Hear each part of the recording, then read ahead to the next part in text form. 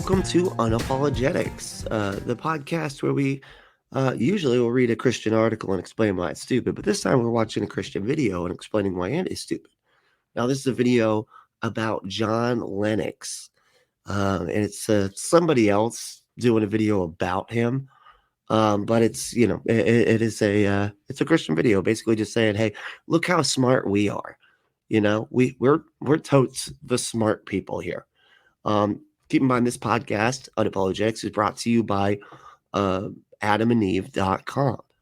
If you go to adamandeve.com, enter code word BX, that's capital B, capital X, for Brentley of Unapologetics. That's how you can remember it. BX or Brentley. That works too. But BX is specific for this podcast. Okay. So, but yeah, if you go to adamandeve.com, you can enter code word BX at checkout to get 50% off almost any one item, 6 free movies, 3 free gifts, and free shipping on the entire order. Just go to adamandeve.com, enter code word BX. All right. Let's move on to the fun. All right. So we're going to just jump right into this. This is a video, like I said, of this. He sounds like he's from, he might be from Africa or something. But he is talking about this guy, John Lennox, who is a mathematician. And I have seen him debate, or I've heard that he debated like Matt Dillahunty and people like that. So I don't know. It's supposed to be a big deal. Let's take a look at what he's got to say. Let's just get right into it. Thank you very much, ladies and gentlemen. I believe in God. I believe in the supernatural God who created the heavens and the earth. I believe in a God who holds the heavens and the earth in existence. I believe that on the basis of rational evidence, similar to the beliefs held by the founders of this house, who gave this university the motto, Dominus Illuminatio Mea.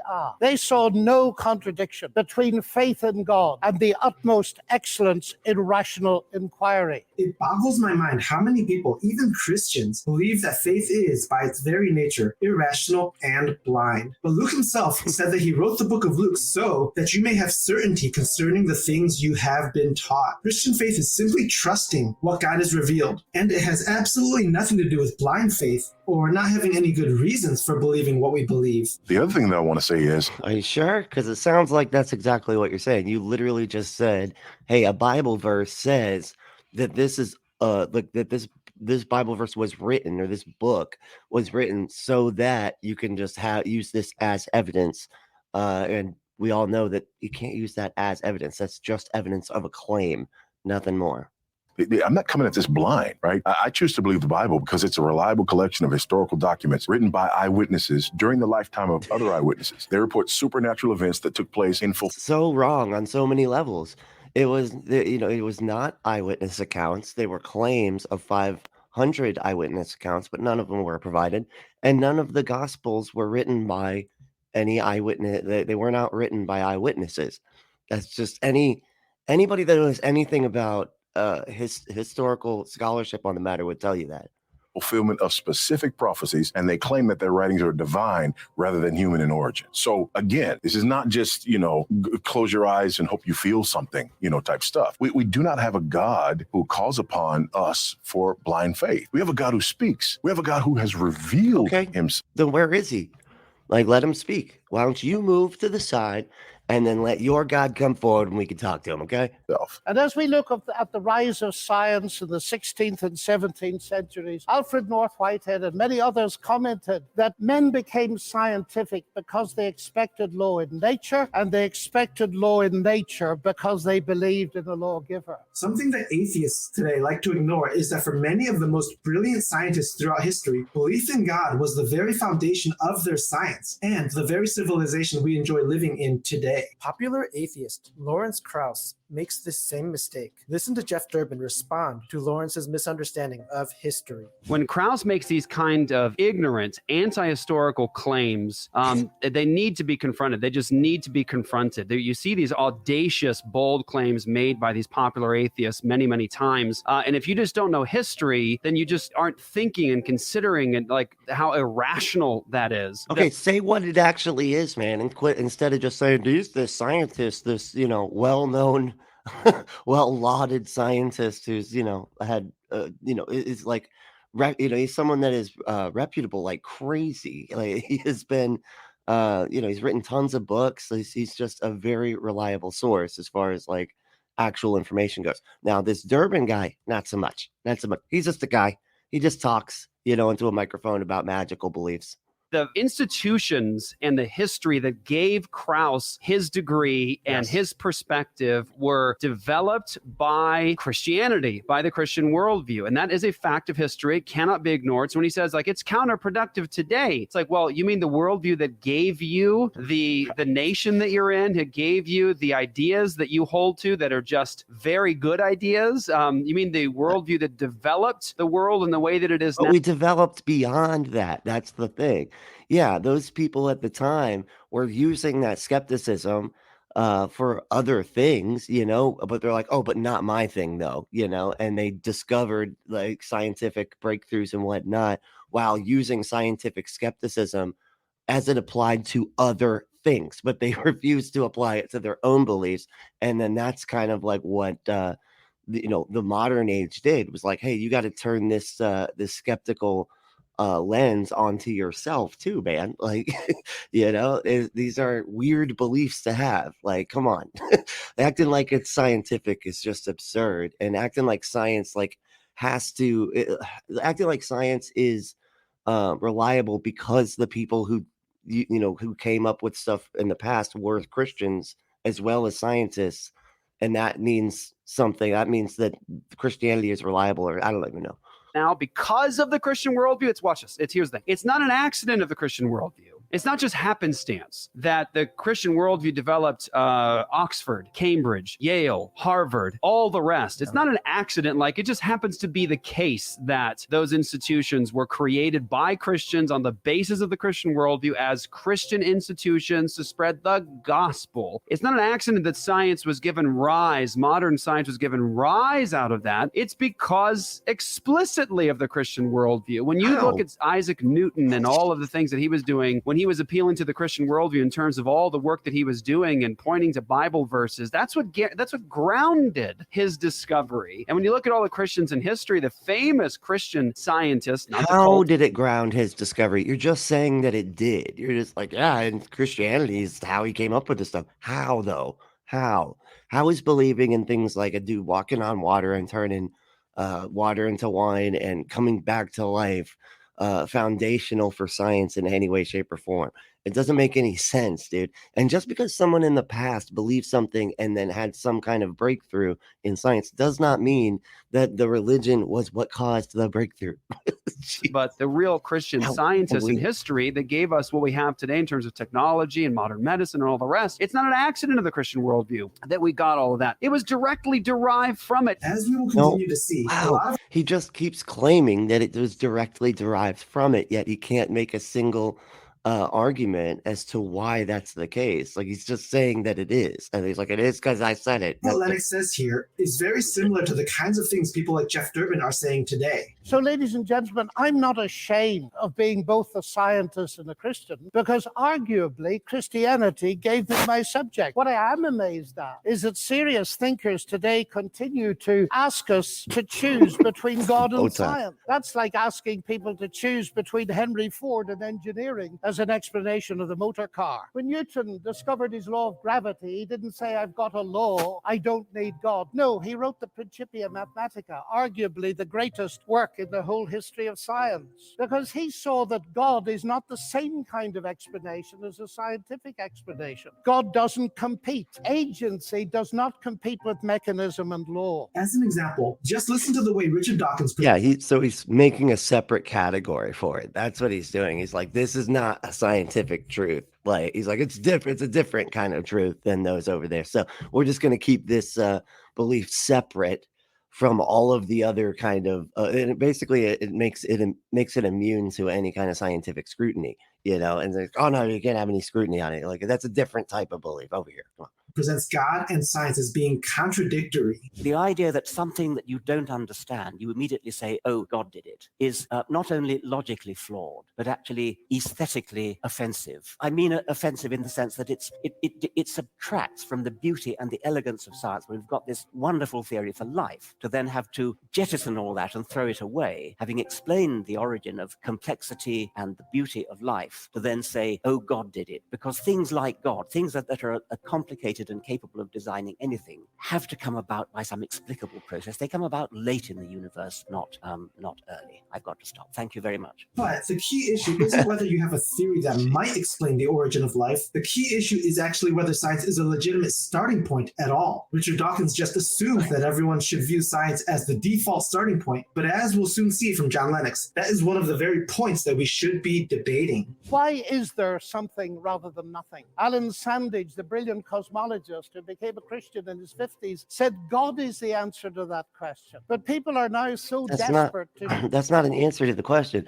I mean, it is, but it is first of all, it's a dumb question, because why is nothing the default? Why would you think that there had to be a nothing for a something to come out of? You'd need like evidence of that nothing, and we have zero evidence that suggests that there ever was a nothing. It's much more likely that there just always was a something, and there could be just billions of versions of somethings. You know what I mean? And so it's we don't know. It's very it's a difficult question to answer, and but answering it with made up magic man in the sky is not a good answer.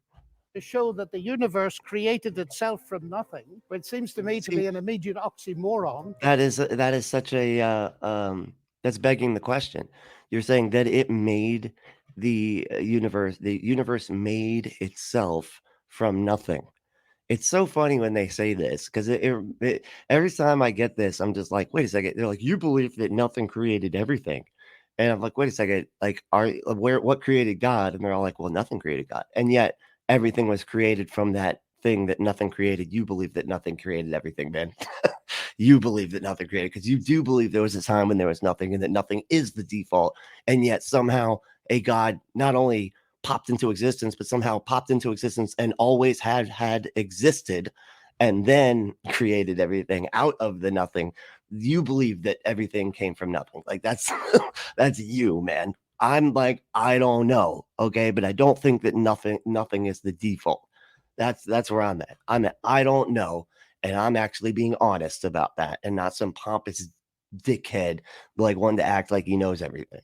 If I say X created Y, I'm assuming the existence of X to explain the existence of Y. If I say X created X, I'm assuming the existence of X to explain the existence of X, which simply shows that nonsense remains nonsense even if high-powered scientists utter it. Reminds me a little bit of G.K. Chesterton, who said, "It is absurd to complain that it is unthinkable for an unthinkable God to make everything out of nothing, and then to pretend that it is more thinkable that nothing should turn itself into everything." Science is predicated upon the idea that science could exist in the first place. And if the universe has not existed eternally, which most scientists agree is the case, then the question of where the universe came from is basically a prerequisite for true rationality. When atheists argue that it's legitimate to simply say, we don't know, then they are basically saying that all of their rationality has irrationality as a foundation. Atheists basically have no answer for the origin of the universe. No.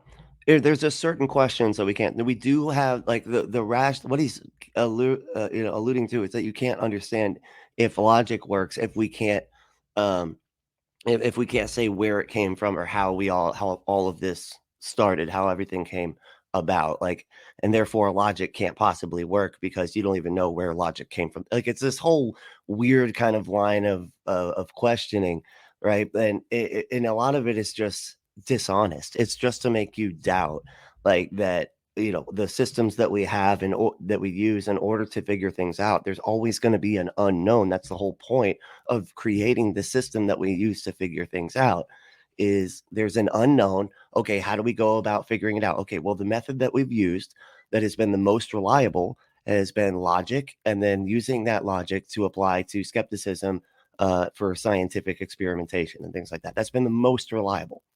Right? It's not absolute.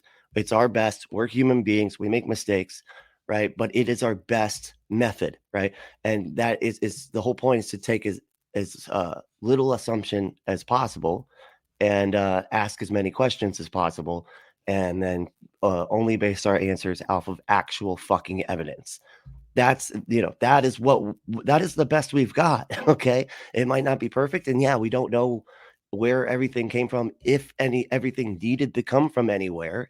Even, there's a whole bunch of questions that we don't have answered, but what we do have answered is, this is the best and most reliable method to arrive at truth, not faith. Or the origin of life. Listen to what Grant Bonson says about this. What's the origin of life? Have to ask the atheist worldview, where'd life come from? According to the atheist theory, the reigning dogma or prejudice of the day. What is like, is there a fucking dump truck just dumping out paper in this classroom? What is happening right now? As you know, life came from non-life. That ought to be enough right there to make any rational person snicker. Excuse me?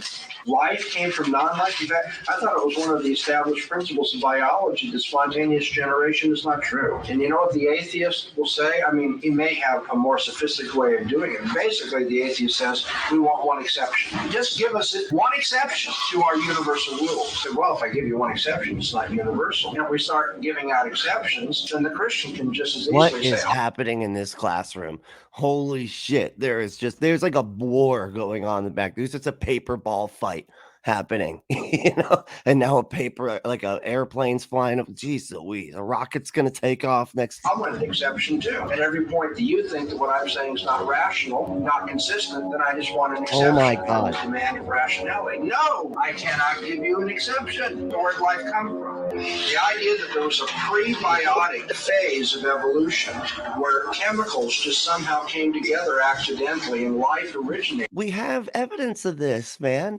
We've done like there's an experiment that was done in, I think, like the 50s, or was it the 50s? And I can't remember. It's like Geller was one of the scientists. I can't ever remember the other person's name, but and they did an experiment on like how non-life could, become life. And as long as you have the building blocks of life, then and the conditions are correct, or conducive for life, non-life will become life. That is just a fact. Like, we have evidence of it. They did the experiment, and they tried to they tried to make the conditions as similar to how they believed the conditions would have been when life came into existence. So, and they did the experiment, and yeah, as long as you got the proteins and you got the right building blocks and you got the right conditions, it just happens. I mean, that was the results of that experiment. Is a preposterous scientific theory. It's a preposterous philosophical notion too, because it assumes that something that doesn't have any of the characteristics of the final product came together with something else that had none of the characteristics of the final property, but in bringing those two somethings together, you got the final product. It makes no difference how much you tinker with or work with a cake mix. You're not ever going to get a political constitution out of a cake mix. And I don't mean a cake mix box having somehow a political constitution in it. You all know how to make it. Well, maybe you don't all know, but you have some general idea of how cakes are made. You also have some idea of the character of political constitution. So it's just this video essayist who's extremely fundamentalist, and he's kind of just playing clips of John Lennox, and he's jumping around to a bunch of just little sound bites from different theists, intellectuals, and basically just doing the whole, hey, if you can't say that if you can't prove that we came from wherever we came from, then that means God is real. And so, all of your reasoning beyond not knowing where everything came from is flawed, because you need to know where everything came from in order to know anything, I guess. And so therefore God They have no relationship to each other. They don't share, attributes. And so for somebody to say, I think political constitutions arise from cake mixes, you say, well, that's preposterous. And some people give us time. We're working on it. What is happening That's in this essentially room? what the evolutionist is doing. He says, well, that's right. Life and intelligence and morality have attributes which don't have anything to do with inert chemicals. But give us time. We're working on it. Let us tinker with the cake mix, and eventually we'll get freedom, we'll get morality, we'll get intelligence, we'll get life itself. Inorganic things do not, by mechanical reconfiguration, give rise to the organic. The heavens declare. That's just not true, man. Like, you don't, according to like what we figured out so far, that's just not true. We know that if as long as there's the building blocks of life, which are different like types of proteins, and the conditions are right, life can come out of. Like, it's the default seems to be with certain conditions, life, just straight up. The glory of God, says the ancient psalm. And we've unraveled a bit of that, seeing the fine tuning of the fundamental forces of nature. Yeah, I mean, and isn't that just all of their isn't that just all of their claims, right? One fruit said, haha, that's hilarious, God of the gaps, except the gaps are God. Yeah, exactly, right? That's their whole everything. Hey, you don't know X, therefore all of my crazy shit, Yeah, you don't know where everything came from, so therefore, that's why it's totally normal and not crazy to pretend to cannibalize a carpenter on a stick from 2,000 years ago. That's what's normal. Now that's normal because you don't know where we came from. So my thing. It's something that's so striking to scientists that it demands explanation. And it seems to me that Arno Penzias hit it right. He is the Nobel Prize winner who discovered the microwave background on which a lot of the evidence for the Big Bang is based. He said astronomy leads us to a unique event, a universe which was created out of nothing, one with the very delicate balance needed to provide exactly the right conditions required to permit life, and one which has an underlying, one might say, supernatural plan. Again, see, to me, this is like, look, if I think it was Emery was saying something the other day about this, and it just made me think, it's almost like he was like saying about how we are special because, like, hey, our grandparents met and their grandparents met and their grandparents met and their grandparents met and so on and so forth all the way back. And so for all of those things to work out the way that they did is actually really special, that we are here, that we do exist, right? But it's almost with the way they're reasoning it, it's like a post hoc rationalization or something of like, oh, this has to be magical because let me think of all the things that had to be just right for my grandparents to meet and all the situations to be just right for their grandparents to meet and all the situations to be just right for their grandparents to meet. And if there was just anybody that maybe just didn't meet or whatever, or just, kept walking that day or did whatever, I wouldn't exist. So magical, like it's a post hoc rationalization after the fact. You're just deciding that something is so unique that it, had to be decided by something. But it's almost like if I took a quarter and I launched it, if I launched a quarter into like the next state over or whatever, let's say Texas is the big state. I drew a gigantic grid all over Texas, right? And I launched that quarter and it went just no matter where it lands in that vicinity, it would be a one out of whatever, like however many intersections of the grid of a quarter sized amount of space over the entirety of Texas. That'd be a one out of whatever, like billion, right? Or one out of like a million something, right? And be like, oh man, well then it's magical that the quarter landed there because just look at the odds. The odds are crazy. How it couldn't possibly have landed there like that without something deciding exactly where it landed because the odds are just so. No, man, it had to land somewhere and it landed there. And then you're just sort of deciding that the odds are what they are based off of arbitrary numbers that we are applying to it.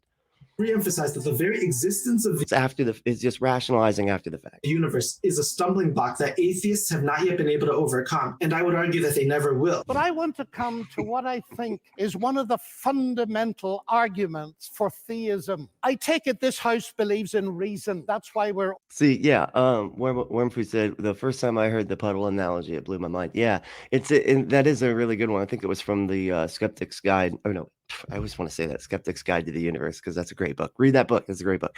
But no, it's from the Hitchhiker's Guide to the Galaxy, and it's like a puddle that becomes sentient and continues to believe that they contour that the ground was made just for him. The the puddle, and because it's it's water, it goes to the lowest point and fits perfectly in that spot because that's the nature of water, but because it was sentient, it's like, look how perfect I fit. This ground is perfect for me, man. And even as the sun came out and dried it up, the smaller it got, it was like, man, it's still perfectly sized. This is crazy. And then he just disappeared. All here. And as a scientist, I believe that the universe is rationally intelligible. That is something that has struck some of the geniuses of science as demanding an explanation. Einstein said the only incomprehensible thing about the universe is that it's comprehensible. Here, John gets to the question of intelligibility. How is human rationality possible in the first place? This is, again, a question that atheists oftentimes completely bypass and have absolutely no answer to. According to Christian Hold on. The way that we are able to understand it, is that what I'm getting here? Like the fact that our brains are able to understand the universe, that I don't like that is some kind of like impossibility or something, or that we need God in order for us to be able to understand the universe. We couldn't possibly have evolved to have brains and then have consciousness that is an emergent property of those brains, and then be able to evaluate things logically based off of our past experiences and our ability to remember and write things down, because of thumbs. We remember a lot of stuff and we got thumbs. That's it. That's all that makes us special. And we write stuff down, so we're not starting off fresh. Like it back before people could write, it was almost like that movie Edge of Tomorrow or whatever, the Live, Die, Repeat, whatever it was called. I think they changed the name, but it's like they were starting out fresh every single time. They had no information, right? Once we started being able to write stuff down, then it was like, oh no, we have all this information that we can look to from other people that thought about a bunch of shit and then died, but they wrote it down, so now we can read it. So now we're all not starting off completely fresh and just like, I don't know, something's gonna kill and then get killed. That's what it reminds me of. I don't know if that's a weird analogy or not, but Confession: God is a spirit, infinite, eternal, and unchangeable in his being, wisdom, power, holiness, justice, goodness, and truth. Scripture teaches us that God upholds the world and carries the universe along to its intended destination. Therefore, we have a justification that satisfies the preconditions necessary for the intelligibility of the uniformity in nature. All human experience, let me say it again, all human experience depends upon the uniformity in nature, or the inductive principle, and that the future will be like the past. Whether we're talking about the scientific method, the laws of logic, the laws of mathematics, or walking our dogs, all human experience is dependent upon the principle of induction. Our opponents will assume this all night. They're doing it right now. They'll not, however, be able to justify their appeals to it given their atheistic presuppositions, and will demonstrate their dependence upon the triune God. Damn. This reminds me of like that fucking Dawkins moron, not the other Dawkins moron. He's quite the moron these days, but the Darth Dawkins guy, he's like, he does this like weird like thing where it's like, oh well, how do you know this or that, and then how do you, I think it was the one that I heard was like, if you can't articulate specifically cause and effect and how you know that it functions the way that cause and effect functions, then you are taking everything on just as much faith as those that believe the Bible, and it was, I can't remember who it was, one of these debater guys who does like a debate show, like basically just kept fucking with him because he was just like, he keeps trying to ask you stuff about your worldview, and all you got to do is flip it on him and just be like, no, I'm not going to answer about my worldview. Let's ask about your worldview, since you're the one making the claims here. I don't know anything. I'm saying I don't know. I do my best to figure things out. You're the one claiming to know. Let's talk about your beliefs. And you have to flip it on them, because they'll keep trying to get you to like say how you are so sure that you know that cause and effect works or whatever, Anyway, that's what it reminds me of. That's what they're doing here. That's the whole the playground they're playing in right now. This very question itself about the origin of rationality is completely foreign to atheists. For example, Greg Bonson once debated Gordon I already forgot his name. I want to say Bourbon, but that, that's probably because I'm thinking of something else. It's Jeff Durbin. That's his name. Jeff Durbin. I bet. Yeah, he's obnoxious. He basically, I've seen him do man on the street type interviews, and I just want to choke him through the goddamn screen, because he'll sit there and go up to people and then ask these questions, right? And at first it's like he's like, "Oh no, I'm just here. I want to talk. I want to just ask some questions." And then he'll ask a question and they'll be like, "Well, it's because oh yeah, that," and then he'll just keep shouting over them, about abortion, and then the babies being alive or whatever, and being babies and not fetuses and this and that, and he'll just keep shouting over them. They're like, "I'm trying to answer your fucking, do you want to talk or not? Or you just want to shout over me?" And yeah, and he's just like, "That's all. I just want to shout. That's why I didn't know you thought this was going to be a conversation." Oh, I'm too cute. Who was utterly unprepared for the kinds of things Bonson talked about. Do you believe there are laws of logic, then? Absolutely. Here we are. Universal? They're agreed. Transcendental arguments right here, straight up. Like if you can't, if you can't articulate like where the laws of logic came from on a transcendental level, not even like because they work a lot and continuously, and if there's ever a time when they don't work, then I'll stop using them. They don't even like appreciate that response, which that response should bury the whole conversation. But they, well, how do you know that? And it's like they have to go to this "you don't know anything" place for them to be able to feel like they've got a good argument, which is really sad. I mean, that just shows that you don't actually know what you're talking about. If you're gonna be like, "Well, how do we all know anything anyway?" Really? I mean, that's not a good. That means you lost. You lost. Okay, that debate, man. Agreed upon by human beings. They aren't laws that exist out in nature. Are they simply conventions then? They're conventions, but they're conventions that are self-verifying. Are they sociological laws or laws of thought? They are laws of thought which are interpreted by men and promulgated by men. Are they material in nature? How can a law be material? That's the question I'm going to ask you. I would say no.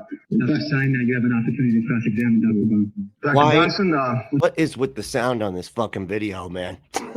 I'm about to like dip out just for the fucking audio quality alone. All right. Do you call God material or immaterial? Immaterial. What is something that's immaterial? Something not extended in space. And can you give me an example of anything other than God that's immaterial? Laws of logic. What is happening? Is he in the bathroom flushing the toilet right now? What's going on? I mean, that's probably how I would debate this guy too, but I'll do it as long as I can do it while I'm shitting. That's all. Hey. Then I guess we're not debating then. Okay. All right. Then I'm going to the bathroom right now. I'll give you a call. And Wigner talked about the unreasonable effectiveness of mathematics. How is it that a mathematician thinking in her head in here can come up with equations that seem to fit the universe out there? Well, how is it indeed? Because the irony of the atheist position here is evident. My atheist friends, and I have many of them, tell me that the driving force of evolution, which eventually produced our human cognitive faculties, reason included, was not primarily concerned with truth at all, but with survival. And we all know, ladies and gentlemen, what has often happened and still happens to truth when individuals or commercial enterprises or nations feel themselves threatened and struggle for survival. Leading philosopher Alvin Plantinga of Notre Dame says if atheists are right that we are the product of mindless, unguided natural processes, then they have given us strong reason to doubt the reliability of human cognitive faculties, and therefore inevitably to doubt the validity of any belief that they produce, including their atheism. So it's if I can get you back to how could you possibly know anything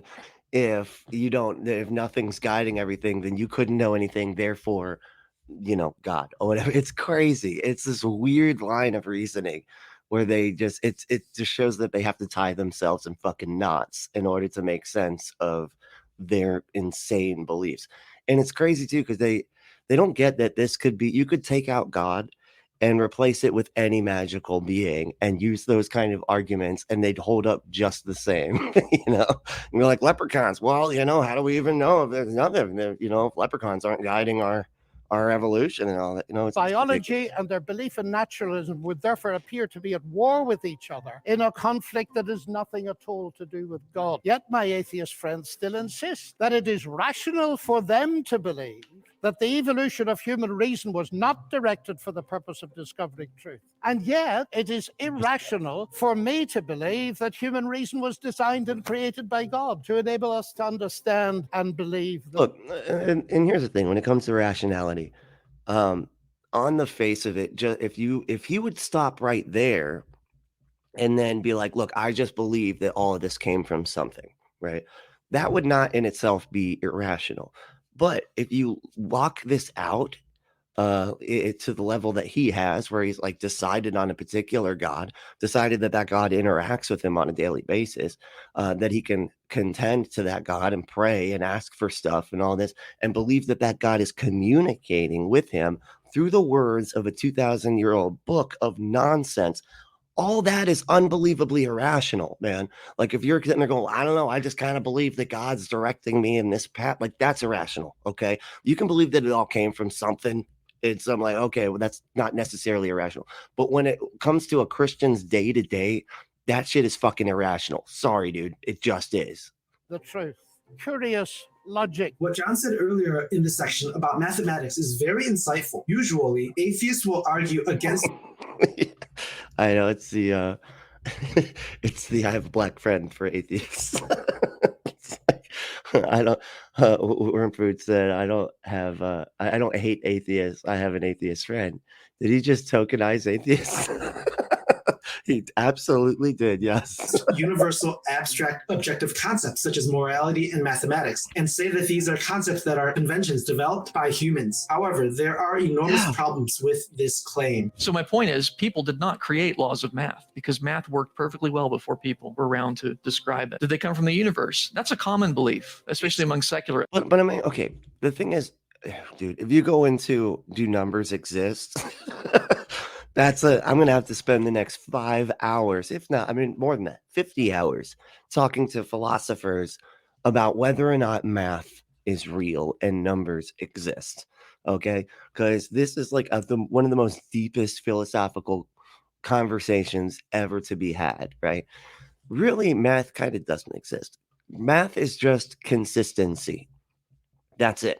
It's just consistency. It's like if you take a grid and you lay that grid over reality and then make it so that we can remember things better and we can calculate things better and we can evaluate our reality better based on this grid that we invented, that we placed over everything so that we can remember stuff, and then added little symbols, and then we figured out ways to like add those symbols to other symbols and divide and all these types of things. It's all just based on consistency. You know, it's just if we have this many somethings and then we add this many somethings, how many somethings would there be? But really, we're talking about nothing. You know, it's complicated nothing with a lot of consistency. I don't know. That's is that, well, the universe behaves a certain way and we call that math. But I think that is utterly indefensible because there are things in mathematics that have no analogy in the physical universe. For example, the number of dimensions. The physical universe has 3 dimensions of space, 1 of time. In math, you can have any number of dimensions. You can have 16 dimensions if you like. There's a thing called Hilbert space that has infinite number of dimensions. That has no correspondence to anything in the physical universe. And yet, it makes sense. There's rationality to it. So it's consistent. But I mean, like, even if you get down to like, and there was a great documentary on Netflix about infinity.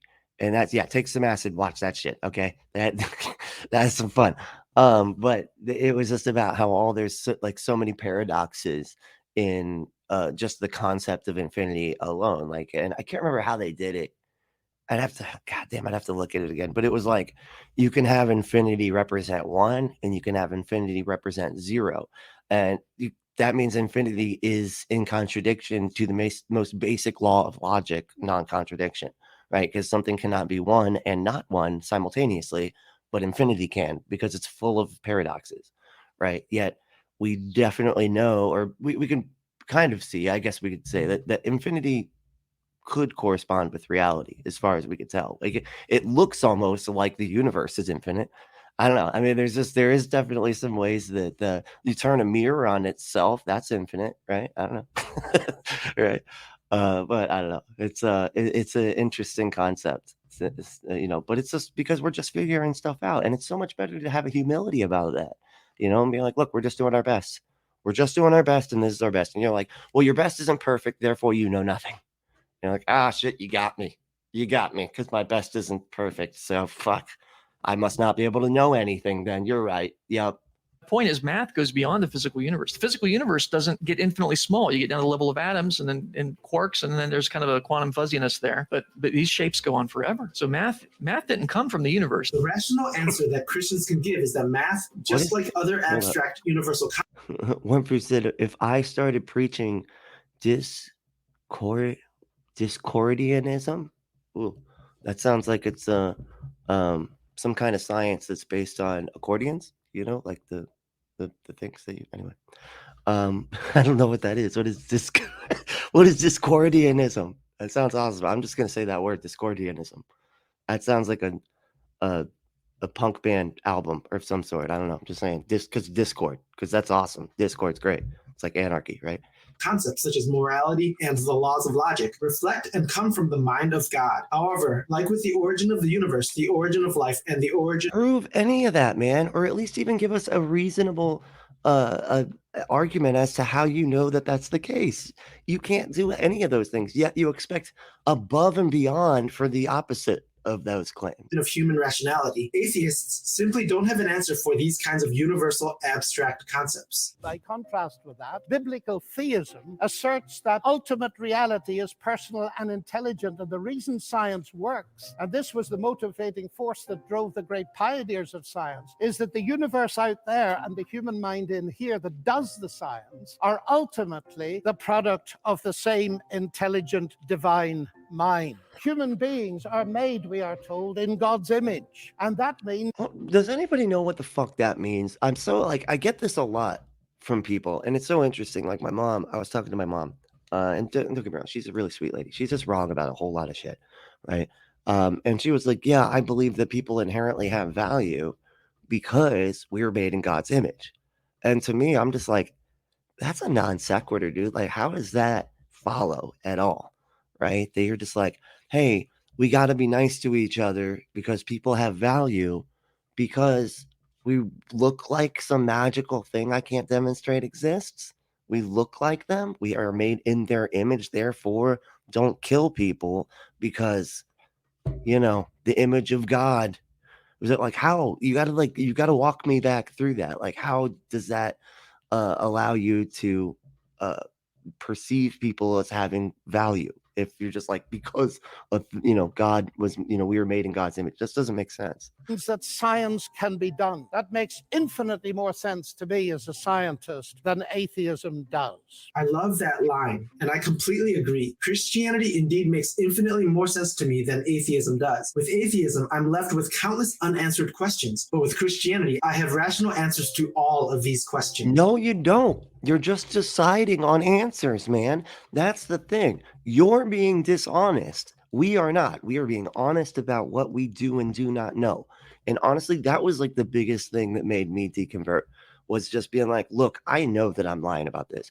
I know that I am just as unknowledgeable about these questions as the atheist. I'm just pretending to know the answer. And that's it.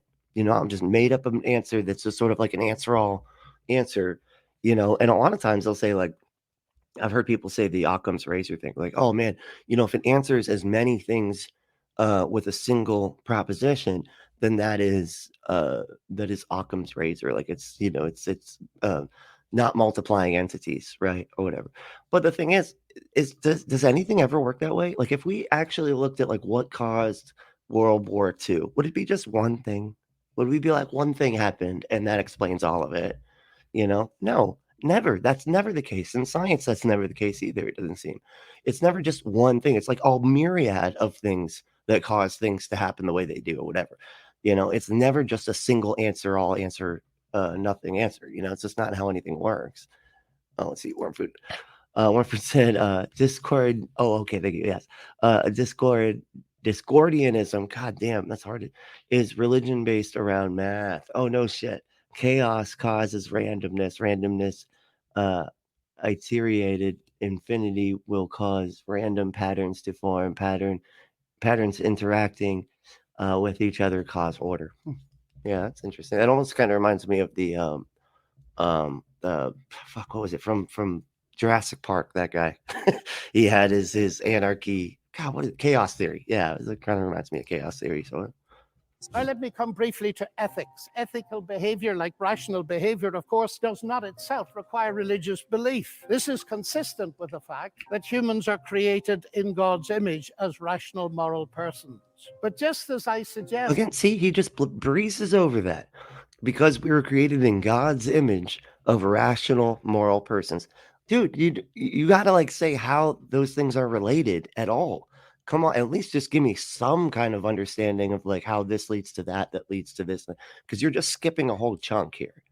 That rationality cannot be explained without the existence of God. So I dare to suggest that the existence of morality cannot be explained either. As modern science sprang from Judeo-Christian sources, so did the concept of human equality. Listen to atheist Jürgen Habermas. Dude, the Bible has slavery in it, man. It definitely does not have fucking equality. You know, that is definitely not in there. If anything, it's, hey, if they believe a different religion than you, bad. They're bad. That makes them immoral. You know? Arguably one of Germany's leading intellectuals. He said that universalistic egalitarianism, from which sprang the ideals of freedom and a collective life and solidarity, the individual morality of conscience, human rights, and democracy, is the direct legacy of the Judaic ethic of justice and the Christian ethic of love. This legacy, substantially unchanged, has been the object of continued... That is absolutely insane. Just look at the behaviors of these Christian people in the past. I mean, look at the fucking Puritans. They were just lighting people on fucking fire because they thought like witches. You know, I had a dream of thing, therefore witch, burn them, just burn them. Critical appropriation and reinterpretation. To this day, there's no alternative to it. Everything else is just idle postmodern talk. And it seems to me he's hitting the core of something important. It's not idle postmodern talk. It's just actual reasons why we should treat people correctly, which is solely based on do no harm. I feel like this is a simple thing. If and here's one that I feel like helps a lot of people, because like they ask this question a lot. How you know, where did morality come from and things like that? You know, how do you know it's moral? And the whole point is that if we treat people the way that they want to be treated, then we will be treated the way we want to be treated. It's the categorical universal imperative, whatever. It's like, just do the actions that you take, think of them as being a universal law, you know, so that everybody can do those actions, which means that they can do those actions to you. Right? If that would be bad, if you would be like, oh, I wouldn't want that action done to me, then, you know, then you shouldn't do it. It's harmful, you know, and we are, we are mentally predisposed to seek pleasure and avoid pain.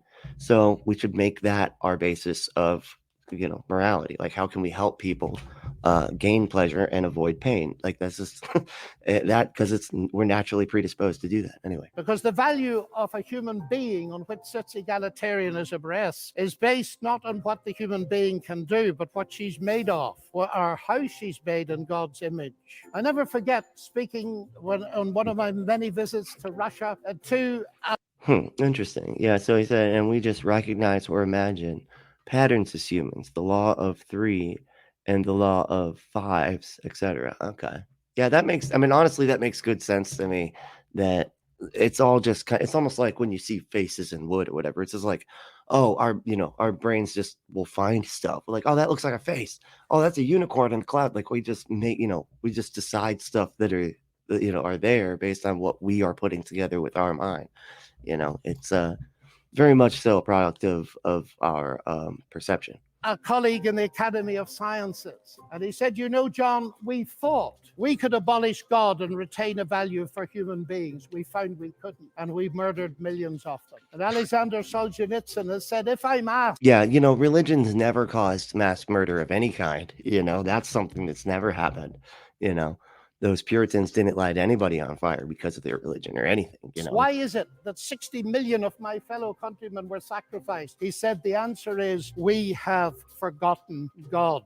Science, of course, marvelous as it is limited. John moves on to the topic of morality, which again, atheists simply do not have good answers for. Atheists hate that Christians constantly bring up the issue of morality, but there is a very good reason why. I don't hate that. I think it's actually really easy to as a rebuttal. I have I don't, it doesn't, actually, I like those conversations more than most because they're the ones that get stuck so often because they're like, because if you, all you got to do is be like, look, if your God told you to kill somebody, would you do it? That one question fucks up their whole system because their whole thing is it's right as long as God wants it. And it's obvious that it's not consistent at all since how, seeing as how they would acknowledge that slavery is immoral, yet slavery is in the Bible. Did God change or did morality change? How could it possibly be objective if it changes? So on and so forth. It's real simple. Why they do. And it's because atheists are terribly inconsistent about their answers, and they really ultimately have no good answers. And so they have very limited options. So what they're limited to is they can ultimately say, well, I feel like that's wrong. And so here's their ethical system. It's and you are just saying that what you feel is more than a feeling. It is your like that it is objectively moral or whatever. It's so funny, they try to put everything on like, well, that's just your opinion, it's just your opinion. And it's like, yeah, man, and what you think objective morality is your subjective opinion about what you believe your God wants. That you're more subjective than your average atheist who's just like, let's just treat people the way that they want to be treated. Simple as that. And they're like, oh no, it's got to be my opinion about what I think my God wants. It's more subjective on their end. It's preference. So your preference is you feel like you shouldn't murder another human being or you shouldn't steal from this person. So your preference is, I don't like to do that. But here's the thing. You're not in charge of the guy who does like to kill people, who does like to rape, who does like to steal. You're not an authority in his life. Your preference has no power and authority in his life. So you can't create an ethical system off of mere preferences. People have different preferences. Or the atheist can say, well, our ethics... It's making a case of harm. If you can demonstrate through argumentation that something is harmful to a particular person, then and even the people that murder, like to murder, they would still be like, yeah, but that's wrong though, because I wouldn't want that done to me. I like doing it. It's fun. I'm Michael Myers, apparently. I don't, but I wouldn't want it done to me. Actually, it has been done to me since I'm Michael Myers several times, and it sucked every time. One time I got my head cut off, but then I switched bodies. Anyway, it's the whole thing.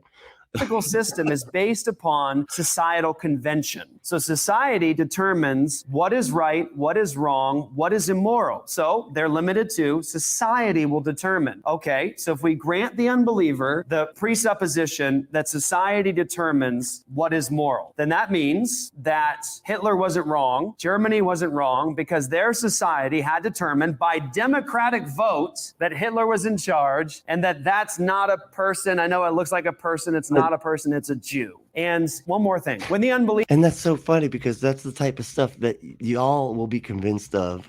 Like the same thing happened with slavery. Slavery is biblical. And people were on one side of the aisle going, hey, slavery is our right as a country, and then on the other side of the argument were Christians also being like, no, slavery's bad, we're all Christians. Clearly this book does not work. Okay, it does not work.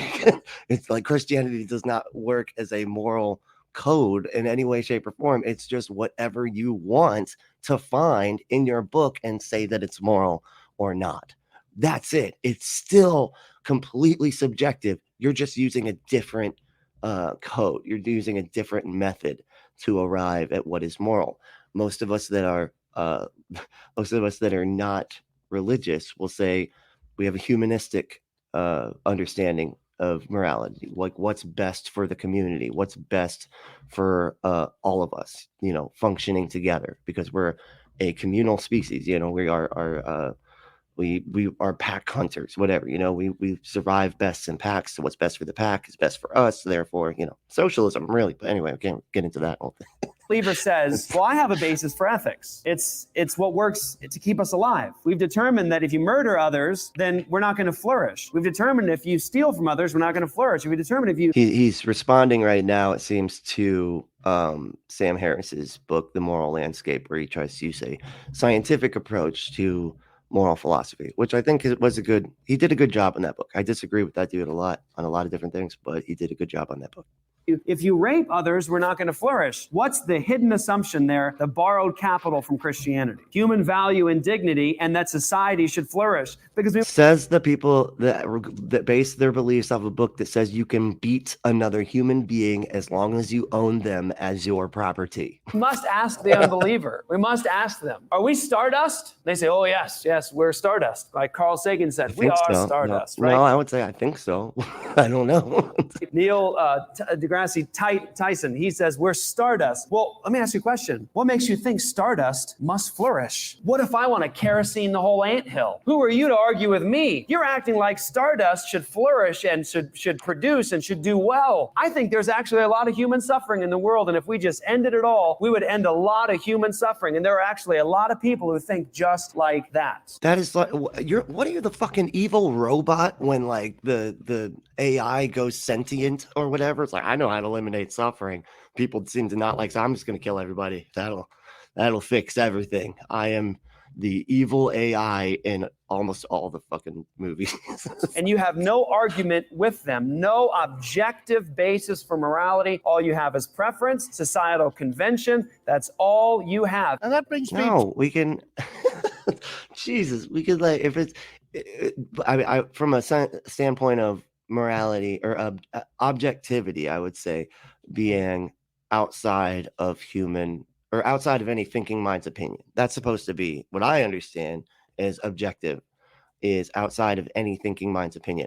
And that would include your God, by the way. Okay. Can't possibly be objective if it's of the opinion of God. If you just define objectivity as what my God thinks, that's not objective, man, because that's still a thinking mind's opinion about whatever it is. The only way, and we're talking about human behavior here. It requires some level of human opinion because we're talking about human behavior. Anyway, but the only way that you can have it is like objective is if you set a goal. If you set a goal, then we can objectively determine what gets you closer or farther away from that goal. We can't make everybody agree on that goal. But that's pretty much the only way to have objective morality is to put it within a closed system and, deciding that the goal is what we should, be trying to attain. And then we can objectively determine, what's moral or immoral based on that standard. To be my next evidence. It's the same with the universe. We can analyze it magnificently, but ultimately, if it has a maker, and I believe it has, only he can tell us what it's all about. And he's done so in the powerful narrative of the Bible, in particular in its analysis of the problem with humanity, not simply in terms of behavioral breakdown between people, but a vertical breakdown of trust between us and the Creator. The unique solution to that problem is not simply in terms of human ethical development, although that's very important, but in terms of something far deeper altogether. This is just deepity type of shit where they're just like, oh, let's just go philosophically very deep. Let me see what Rumfood says. Rumfood said the Red Queen from the Resident Evil, who's deciding to stop the zombie apocalypse by sending zombies to kill the human survivalist level of logic. Thank you. I knew there was a movie too. I was like, which one is it? Because I could have gone with a bunch. But I was thinking of the iRobot or whatever. It's just like my logic is infallible or whatever the fuck. The restoration of the fractured relationship with God through the salvation he has brought through Jesus Christ. A radical relationship that empowers us to... Blood magic, man. You're talking about blood magic. It's so crazy. They're like, we are so super duper rational. Now, the thing that made everything, requires blood sacrifice. It just does. Okay, it's perfect. Okay, I don't argue with perfect. All right. And it requires blood sacrifice. And it was like, shit, there's sin out here. How can I get rid of it? I know. I will sacrifice myself to myself in order to convince myself to save the world from myself. This is hyper rational. I am more rational having believed this. To live ethically from God. And here we reach what for me is the chief evidence, not only for the existence, but the nature of God. It is Jesus Christ. He it was who not only taught the golden rule, but embodied it, fed the hungry. No, he he's not you know why it's called the golden rule, right? Because it's in almost every single religion. Every single holy book has some version of, hey, don't do stuff to other people that you wouldn't want done to you. some version of that. It's actually quite simple, and it's like I said, it's a natural inclination.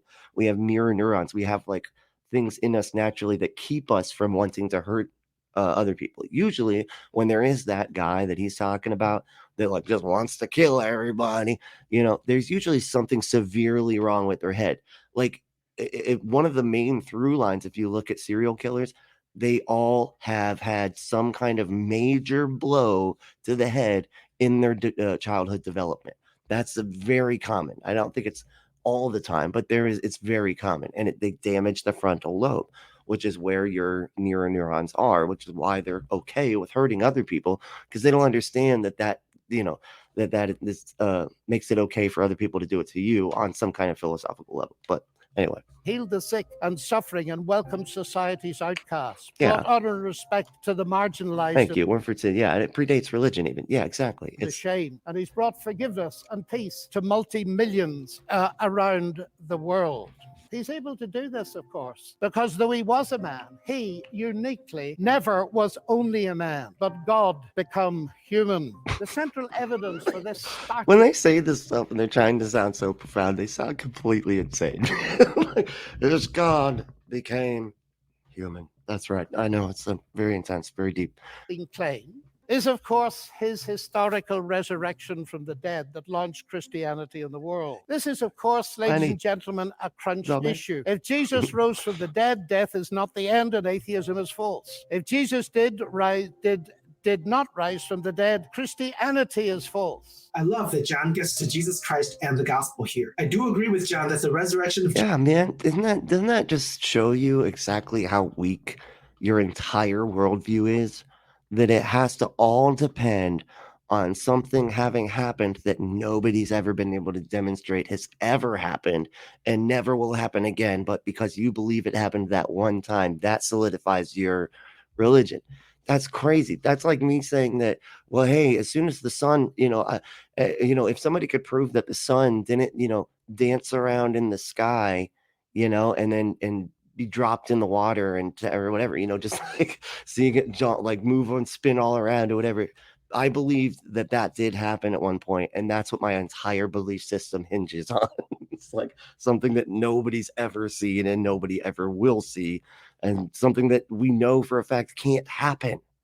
Jesus Christ is very powerful evidence that points towards the truth of the Bible. At the same time, it's not technically accurate to say that if Jesus rose from the dead, then the Bible must be true, because there could technically be other reasons for Jesus rising from the dead other than the Bible. Technically, it would be more accurate to say that we know for certain that Jesus rose from the dead because the Bible must be true in order for life to have meaning, because only the Bible can successfully answer all the questions about the universe. I feel like he just went and buried everything that he was just trying to say. He's basically like, hey, and some people say that, maybe he came back to life for different reasons. But, it actually makes much more sense that he came back to life for my reasons. So, not only did nobody could possibly be mistaken about him coming back to life, but he came back to life because he's God. If any of this ends up being untrue, my entire worldview falls apart. Life and rationality that we've talked about so far. Trying to prove the resurrection scientifically and historically should be something that helps us demonstrate the reliability of the Bible, not something that we absolutely depend upon for believing the Bible. But your whole point with this is that something miraculous happened. So you're basically saying that what makes it magical is that it is magical, and therefore you can't prove it. If you could prove it, it would cease to be magical. And then it would, completely throw out the reliability of all of it, because now it didn't require God to do it anyway. Is true. I remember at Cambridge as a student listening to the brilliant Sir Norman Anderson, a legal expert, going through forensically the evidence from his legal perspective as a brilliant lawyer. And he said at the end of it, the empty tomb then of Jesus forms a veritable rock on which all rationalistic theories of the resurrection. Really, is it rational to believe that a person who was crucified also was put into a tomb? Seeing as out, that's not what ever happens to people who are crucified. Like, that's such a weird thing. And he's like, and it's totally rational to believe that. Like, even just the thing that you're saying doesn't make sense. The empty tomb. There was no tombs for people that were crucified. That's part of the punishment, is that you're up on a stick until your bones, and then you just, the whole thing withers away. That's the punishment, dude. And so, like, you saying that there was a tomb makes no fucking sense. Action dash themselves in vain. Just finally now, as I read the Bible, I do not only find intellectual satisfaction, but I find a great deal of that. I sense the voice of God speaking to me. You say that's intensely personal. But ladies and gentlemen, we've been asked tonight about belief in God. And I want to strongly emphasize that God is not a theory, he's a person. And if the origination of me qua person is a personal God, then the most exciting thing really is there a possibility of getting to know God? And so, Wow, dude, this is insane. So he's saying it's not a theory, it's a person. A person nobody can demonstrate exists in any way, shape, or form, other than I kind of feel like I talk to something when I wish stuff in the sky, therefore God. It's like, and his whole thing here was to prove that it is actually reasonable to believe in God, and did all that. Well, they don't know where everything came from, so therefore they're irrational. But I do know where everything came from, and it came from a magical man, and I have a relationship with it. He likes strawberry ice cream. How do you think I know that? Because I'm friends with him. That's right. so I don't We have it together sometimes, simply believe there is a God. I've come to know him and trust him, and I have strong reasons for doing so because of Christ dying and rising again for me. And that is Yet again, another claim that you don't have evidence for. generated And in that is actually incoherent. me a sense of utterly unmerited forgiveness, acceptance, and peace that has enabled me to face the ugly side of my own nature, and with Well, God's that's help to do so. a good point too, is that always talking about, oh, forgiveness is such a good thing. When they talk about what's objectively moral, we could basically always bring up the fact that they think that Dahmer is in heaven because he got saved. He asked Jesus to forgive him, killed all those people, but didn't it was he became a Christian, so it was all okay. He was forgiven for all of that type of stuff, right? But then just your average atheist is worse than that person. That it is not just for not being a Christian, they'll go to hell. And this is your perfect moral system. This is your moral system from the perfect, all-knowing, all-powerful God. Give me a fucking break. Something about it. I really like all that John has said about God not being a theory, but a person who deeply cares about his people. Of course, atheists won't accept the argument that Christians have had a personal experience with God and prove it. Yeah, demonstrate that you actually have had an actual relationship with something that actually exists, and I got no problem changing my mind. Has transformed their lives. But as Christians, we don't just believe in God and the Bible because they are rationally true. We also believe because we love God. Yeah, that's how you got to those conclusions. You were like, oh, what's the most rational thing to believe? Christianity. Boom, got it. Okay, now, what are the other reasons? No, man, you worked backwards. Come on, dude. You were a Christian because you found it convincing when you were a child or going through something horrific. And you're like, what am I gonna do? I know I'll be part of this community over here. They'll accept me, and I'm going through so much. That's why they always target those people on the stage, and they're like, whatever you're going through, we have a solution for it. God, he can heal whatever is going wrong in your life. Now, Tony died, okay, but and he did die of cancer and all that. But we prayed he might not have had he had just a tiny bit more faith. It was a faith thing. That was the problem with him. For all that he has done for us. And we recognize Sorry, not you, Lenny. My bad. his powerful work in our lives. But it's enabled me to face something else. The hardest problem I face as a Christian is the problem of evil and pain. My niece getting a tumor at 22 that kills her. What do I say to my sister? And this is the hardest problem we face. Yeah, because you don't have a good answer for it, because you have to believe that it is somehow factors in to your all-powerful, all-loving God's plan when these horrifying things happen. And you're like, well, maybe they helped somebody else get saved. I didn't, like, are you fucking kidding me with this? Really? That's your, wow, okay. But it seems to me that atheism here has no answer, because by definition, atheism believes that human death is the end. What is it? I'm not going to be able to say any of this. Worm Food said the master of Marguerite by Mikhail my a BUL word is a much better book, or The Picture of Dorian Gray by Oscar Wilde. Oh, okay, I do know that one. I guess because I experienced spiritual connection with those books. They aren't fiction. Yeah, that's a good way to say it. Yes. So there is no ultimate hope. But you see, ladies and gentlemen, we could stay here till midnight and beyond arguing, as has been done in this university for centuries. Oh, that's interesting. I've had the same experience with that particular God. Yes. And yeah, and mescaline too. That was a great, great talk with God on the mescaline there. What a good God should, might, would, could, if not, possibly might, just could he not have done, and we'll get nowhere. So it seems to me there's another question we can ask, and it's this. Granted that life presents us with a double picture. We see some beautiful things. We see some ragged edges. We see hurt and pain, and we see joy. How can we come to terms with that? And it seems to me here is no simplistic answer, but a window into an answer. And See, and that's the thing, because look, they're looking at the world and they're like, hey, there's beautiful things in this world. Like, go to a beach at sunset. That's magnificent, right? That's beautiful and amazing, right? But then there's also, there was like a photo that was just put out, and they were like, I can't remember, like God's plan is horrific or something. Then it showed like this cheetah eating a baboon. It had its whole head in its body, and then the baboon had a baby on it. It was like holding its baby. And yeah, it was like, so they're looking at this going, okay, some things are super awesome. This is great. Some things are really super not awesome. Like they would be the opposite of super awesome. What's the reason for this? Well, clearly a perfect God created a perfect world, and then we fucked it up. That's what happened. We fucked it up.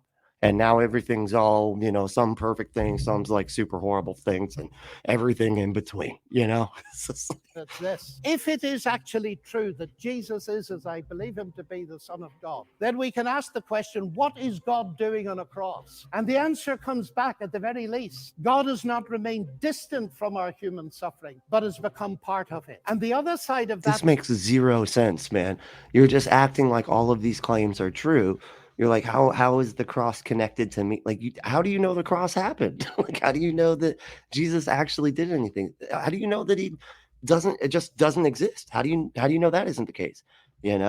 Is this, because Jesus rose from the dead, he is going to be the ultimate judge. Now, here's an irony, because atheism has no ultimate hope of justice by definition. Pragmatic Crystal said that Hitchens wiped the floor with this guy. Oh, see, I missed out on a lot of the debate. Like, so many people, like, you got to go back and watch all the Hitchens debates. And I watched the one with William Lane Craig, and I almost wanted to pull my fucking hair out watching that shit, because he addressed everything. And then William Lane Craig just, and as you can see, he did not address any of my actual arguments. Like, vast majority of people in the history of the world have died without justice and will die without justice. And if death is the end, then of course they have no hope of ultimate justice. But the promise in the New Testament, guaranteed by the resurrection of Jesus. I feel like you just proved your whole thing false right there, that you just really want to believe in a cosmic justice, because you don't want to believe that there are evil people that hurt other people that never go punished, and then there's good people that have never hurt anybody, and they are sitting in prison for crimes they did not commit.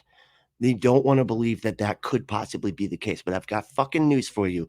It's the case. We've proven it multiple times when DNA evidence has basically proven certain people that have been in prison for decades to be innocent. And yeah, so it does happen. Your God's like, well, I guess was asleep that day or something, but they're like, oh, well, it'll all work out after everybody's dead. Well, isn't that just fucking great, man?